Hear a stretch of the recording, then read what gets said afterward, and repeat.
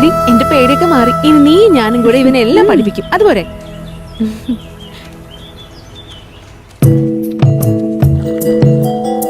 വാ, പേടിക്കണ്ട. വാ, ഇറങ്ങ. വാ.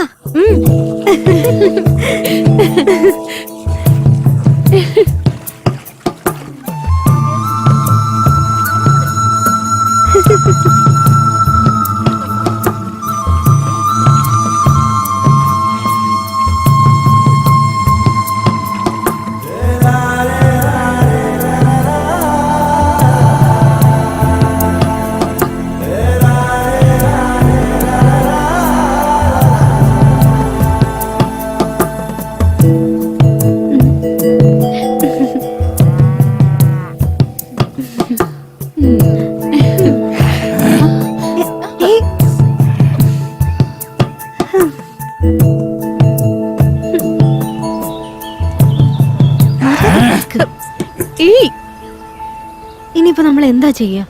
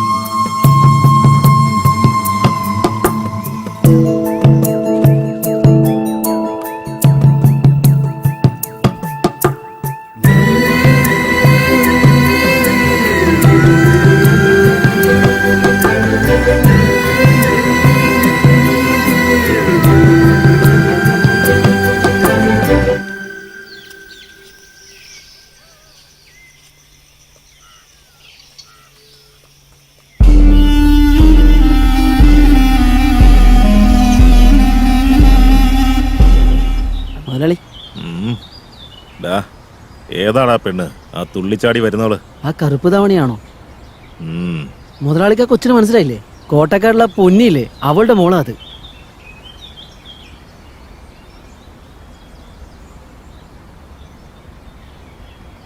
മനസ്സിലായില്ലേ? ഞാനൊന്ന് കാണിച്ചു തരാം, അതുപോലെ ചെയ്താൽ മതി. ഇനി മുതൽ ശരിയെന്ന് പറയാൻ ഇങ്ങനെ കാണിച്ചാൽ മതി, ശരിയല്ലെങ്കിൽ ഇങ്ങനെ പിടിക്കണം. ഇനി നീ ഒന്ന് ചെയ്ത് കാണിച്ചേ. ശരിയാണെന്ന് കാണിക്കാൻ ഇങ്ങനെ ചെയ്യണം, അല്ലെങ്കിൽ ഇങ്ങനെ കാണിക്കണം. ആ പൂർണ്ണി വന്നല്ലോ. എടി, ഞാൻ ഇവരൊരു കാര്യം ചെയ്ത് പഠിപ്പിച്ചു. എന്താടി അത്? അത് ഞാൻ ഇപ്പൊ പറയില്ല, ഇവ പോകുന്ന സമയത്ത് പറയാം. എന്നാ ശരി, വാ പോവാം. ശ്രദ്ധിച്ചറിഞ്ഞു. നിക്ക്, നാളെ നീ ഈ സ്ഥലത്ത് തന്നെ വരും, ശരിയല്ലേ? ഞാൻ പറഞ്ഞു തന്നില്ലേ, അത് കാണിക്കേ. ഇപ്പോഴല്ലേ പറഞ്ഞു തന്നത്, കാണിക്ക്. എത്ര പ്രാവശ്യം ഞാൻ പറഞ്ഞു തന്നതാ. ഇവനെ പഠിപ്പിച്ചിട്ടൊന്നും കാര്യമില്ല. എത്ര നേരിട്ട് പറഞ്ഞു കൊടുക്കാന്നറിയോ? ഞാൻ കഷ്ടപ്പെട്ടതൊക്കെ വെറുതെ ആയില്ലേ? പഠിപ്പിച്ചെന്നാ പറയുന്നേ. ഒന്ന് സൂക്ഷിച്ചു പോ.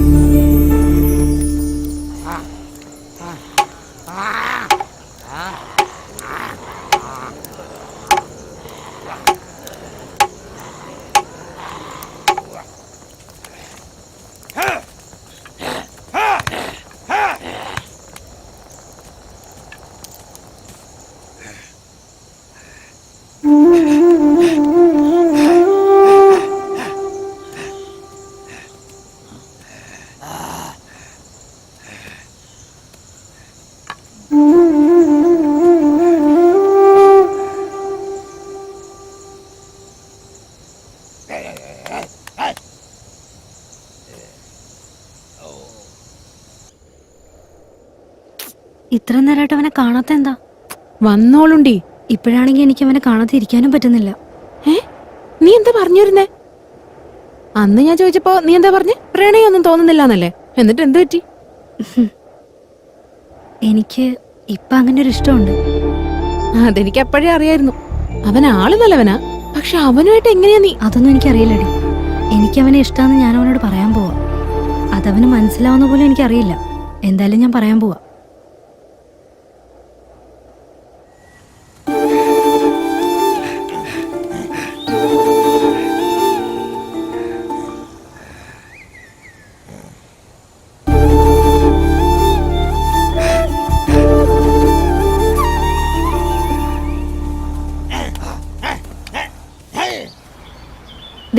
ഓർമ്മയുണ്ടല്ലോ ഞാൻ പറഞ്ഞു തന്നത് എന്താണോ അതുപോലെ തന്നെ പൂർണിയോട് പോയി പറയണം.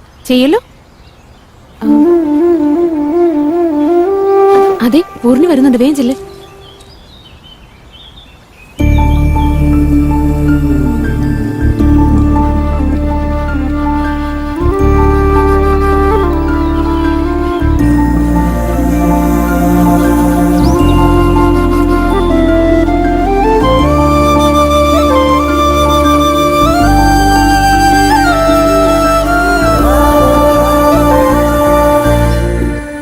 എനിക്ക് നിന്നോടൊരു കാര്യം പറയാനുണ്ട്. ഞാൻ പറയുന്നത് നിനക്ക് മനസ്സിലാവുന്നറിയില്ല, എന്നാലും പറയാൻ പോവാ.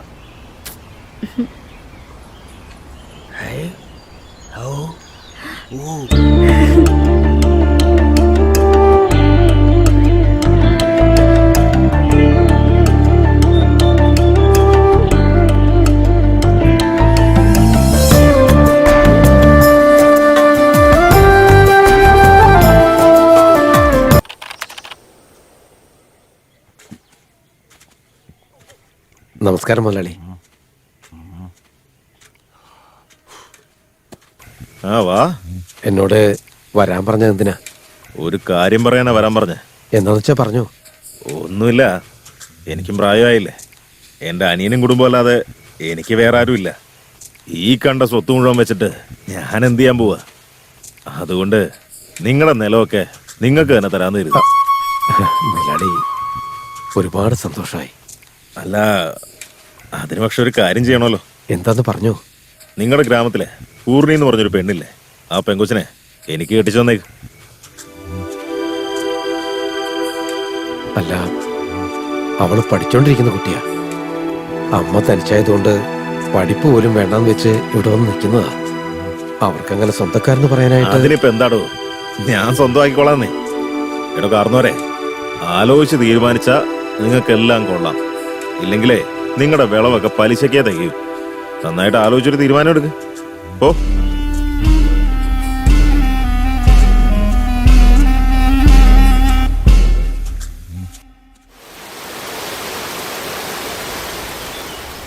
എത്ര തവണ ഞാൻ പറഞ്ഞു, എന്നിട്ട് എന്റെ പേര് പോലും പറയുന്നില്ലല്ലോ. ഇനി ഞാൻ എന്താ ചെയ്യണ്ടേ? താനെന്തോടൊന്നും പറയാൻ നടക്കുന്നത്? കുറെ മരങ്ങളും കാണുന്നില്ല, എന്നാ കമ്മീഷൻ ഒന്നും വരുന്നുമില്ല. എല്ലാം ഒറ്റയ്ക്ക് ഒഴുകാണോ നീ? സാർ, അങ്ങനെ സംശയിക്കില്ല സാറേ. അങ്ങനെ ഞാൻ ചെയ്യൂ. എന്റെ കയ്യിലേക്ക് ഒറ്റ പൈസ പോലും കമ്മീഷനായിട്ട് വന്നിട്ടില്ല. അങ്ങോട്ട് പോയിക്കോ. വന്ന സാറിനോട് ഞാൻ പറയില്ലേ.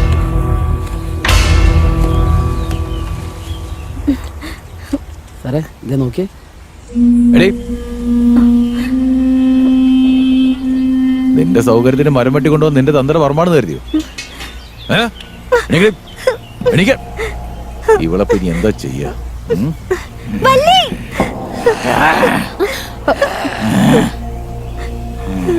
എന്താ എന്താ സാർ? കാട്ടെന്ന് മരം വെട്ടാൻ പാടില്ലെന്ന് അറിഞ്ഞൂടെ അവൾക്ക്? അല്ല സാറ്, അവിടെ താഴെ പഠിക്കാൻ പോയിട്ട് കഴിഞ്ഞ ദിവസം വന്നേ. അതിന് താഴേന്ന് പഠിച്ചിട്ട് മുകളിലേക്ക് വന്നാ കാട്ടിക്കയറി മരം വെട്ടി കൊണ്ടുവന്നാണോ? അല്ല, നീ കറുപ്പന്റെ പെങ്ങളുടെ മോളല്ലേ? അതെ സാർ. ആ ശരി, വിളിച്ചോണ്ട് വാ. പോ. ഓടി, നിന്നെ ഇനി പരിസരത്ത് കണ്ടുപോരുത്. എന്താടി?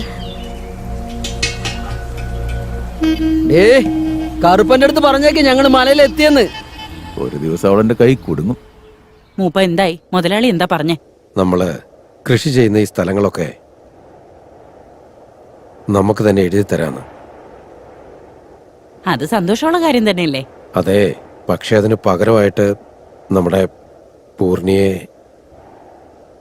കല്യാണം കഴിപ്പിച്ചു കൊടുക്കണമെന്ന്. ആലോചിച്ച് മറുപടി പറയാനാ എന്നോട് പറഞ്ഞത്. ഇതിൽ ആലോചിക്കാൻ മാത്രം എന്താ ഉള്ളേ? ചെയ്തു കൊടുക്കാന്ന് പറയണ്ടേ? ഒരുത്തിയുടെ കാര്യം നോക്കിയാ മതിയോ? ഈ നാട്ടുകാർ മൊത്തം സന്തോഷിക്കണ്ടേ? മുപ്പ, വിളവ് മുഴുവൻ നമുക്ക് തന്നെ കിട്ടില്ലേ? പൂർണ്ണിയുടെ അമ്മയോട് സംസാരിക്കേ. പക്ഷെ എനിക്കതില് ഒട്ടും തന്നെ താല്പര്യമില്ല. എന്താന്ന് വെച്ചാ, മൂപ്പന് സംസാരിക്കാൻ താല്പര്യമില്ലെങ്കിൽ ഞങ്ങളോട് പറഞ്ഞാൽ മതി, ഞങ്ങൾ പോയി സംസാരിച്ചോളാം. നിങ്ങൾ തന്നെ.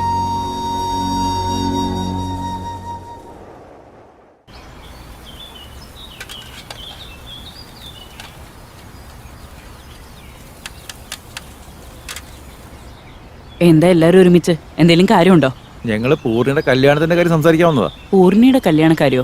അതെ, നമ്മുടെ മുതലാളി പൂർണിയെ കല്യാണം കഴിക്കണം എന്നുള്ള ആഗ്രഹം പറഞ്ഞു. ആ കല്യാണം നടത്തി കൊടുത്താ നമ്മുടെ കൃഷിയിടങ്ങളൊക്കെ നമ്മുടെ പേരിലേക്ക് ആക്കാന്നും പറഞ്ഞു. അതൊന്ന് കണ്ട് പറഞ്ഞിട്ട് പോവാൻ വന്നതാ. അയ്യോ, നിങ്ങൾ എന്തായി പറയുന്നേ? അവള് ചെറുപ്പമല്ലേ? അവൾക്കൊന്നും അറിയില്ല. അതൊരു പാവമാ. ഇങ്ങനൊരു കല്യാണത്തിന് കണ്ണിച്ചോരയില്ലാതെ സംസാരിക്കരുത്. നിന്റെ മോളൊരുത്തിക്ക് വേണ്ടി ഈ നാട് മൊത്തം വിഷമിക്കണമെന്നാ? അതെ, നിങ്ങളൊരു പെങ്കൊച്ചിന്റെ അമ്മയല്ലേ. ഇങ്ങനെയൊക്കെ സംസാരിക്കുന്നത് ശരിയാണെന്ന് തോന്നുന്നുണ്ടോ? എന്റെ മോളെ വേണമെന്ന് പറഞ്ഞിരുന്നെങ്കിൽ ഞാൻ അവളെ കെട്ടിച്ചു കൊടുക്കുമായിരുന്നു. പക്ഷെ മുതലാളിക്ക് നിന്റെ മോളെയല്ലേ ഇഷ്ടപ്പെട്ടത്.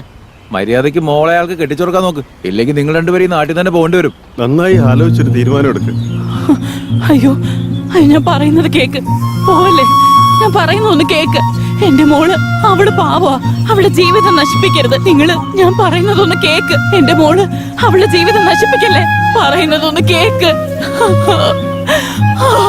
എന്റെ മോളുടെ ജീവിതം നിങ്ങളായിട്ട് തൊലയ്ക്കരുത്.